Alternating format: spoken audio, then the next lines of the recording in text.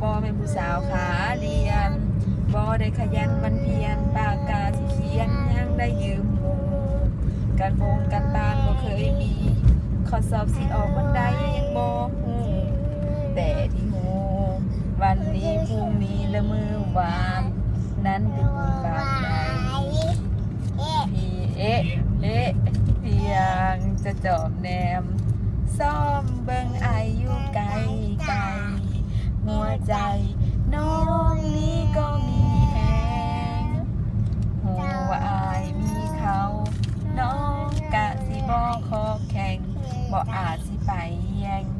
แต่ว่าน้องขอสแตนบายซ่อมเบิ่งอยู่เด้อถ้าหากว่าเธอนั้นเลิกกันกับเขาเรื่องของสองเราสิเป็นไปได้บ่ได้โทรมาเพื่อกดดันแต่ว่าฉันนั้นแค่รอเฝ้าเลิกกันแน่เธอผู้สาวขาลอ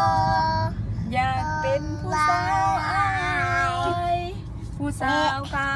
ลอสิสมัยบ่เอ๊ะ